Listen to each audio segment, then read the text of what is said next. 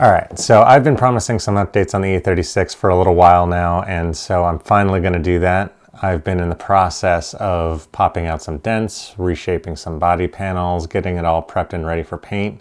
So let's go take a look.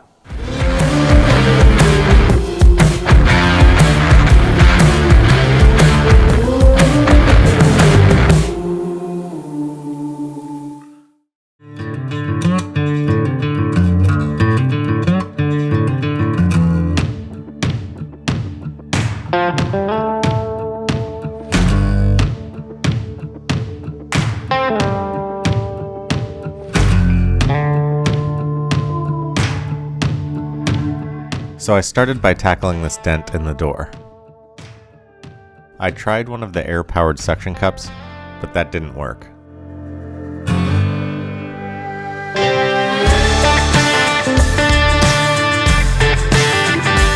So it was time to get a little creative. I decided to come behind it, and all I had to do the job were some tire spoons, but they seemed to do a pretty good job. I knew I couldn't get it perfect, but I wanted to remove enough of the dent to minimize the amount of Bondo that I use. Next was to attack the front end, but first I needed to get all of this removed.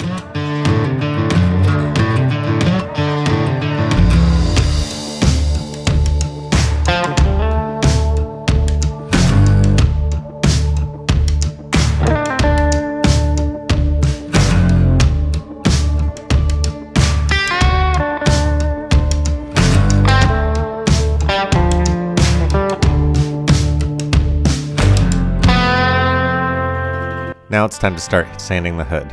As I was sanding, I noticed the oxidation ran really deep. I had been struggling with that for years and trying to keep it at bay.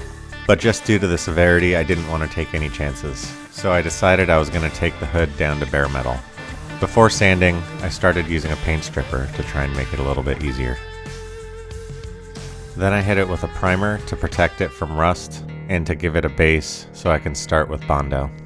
Then I started going after some of the minor dents.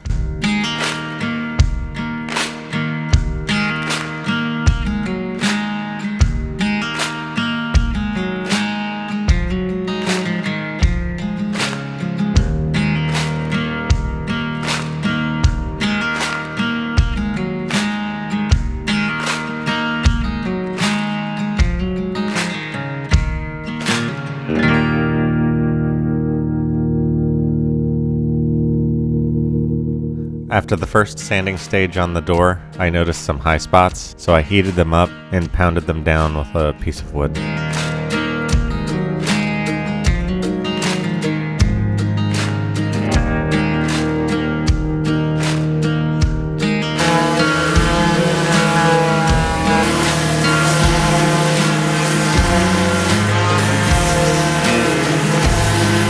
So I just unboxed my brand new E36 front and rear bumpers. Of course, I went for the M3 style, so it's time to get these sanded down and primed.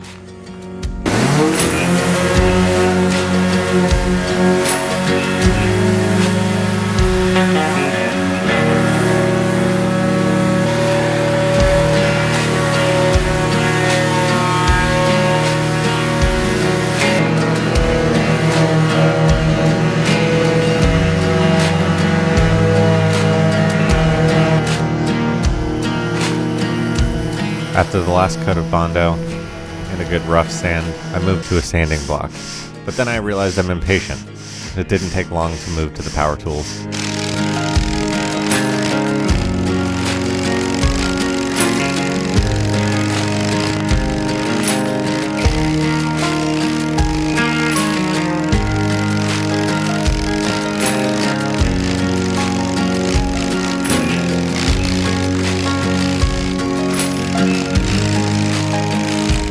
Then I sprayed primer to check the panel for the shape.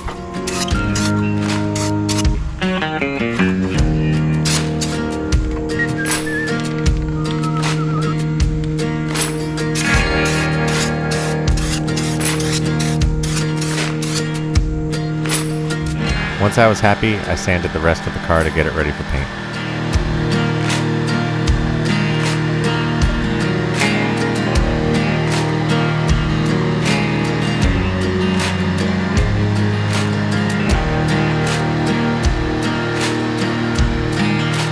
Initially, I didn't think I was going to be painting the insides of the doors or the door jambs, primarily because I was planning to go with either the same color or a very similar dark red. I think looking at it now, there's just such a natural transition into the rest of the body that I think it would be very noticeable if the color didn't match.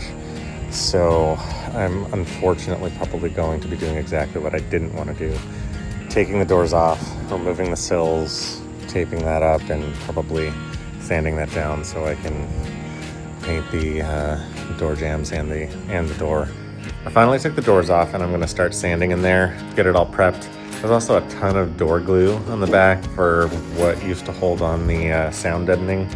Gosh, I'm going to need to find a new way of fixing that sound deadening when I put this back together. That stuff was always nasty. So at this point, I'm going to clean all this stuff out of the door jamb and start sanding it. That way it's all prepped and ready to go. And that would probably give me the best final product. Once again, I do want to find a way to either protect or get new ones of these stickers. I don't think you can get them new, but I still have not called around, so yeah. So that's what I've got for now. It's coming along a little bit slower than I thought, but it's still moving. Winter's bearing down and it's gonna get colder and colder outside, and I do not have a heater out there. But I think I should still be able to make progress and keep things moving. I hope watching me go through this was a little bit helpful if you're going through a similar restore. I'm not doing everything by the book, but it's helping me move along with limited resources in my garage. So if you liked what you saw, please don't forget to like, subscribe, and I hope to see you in the next one.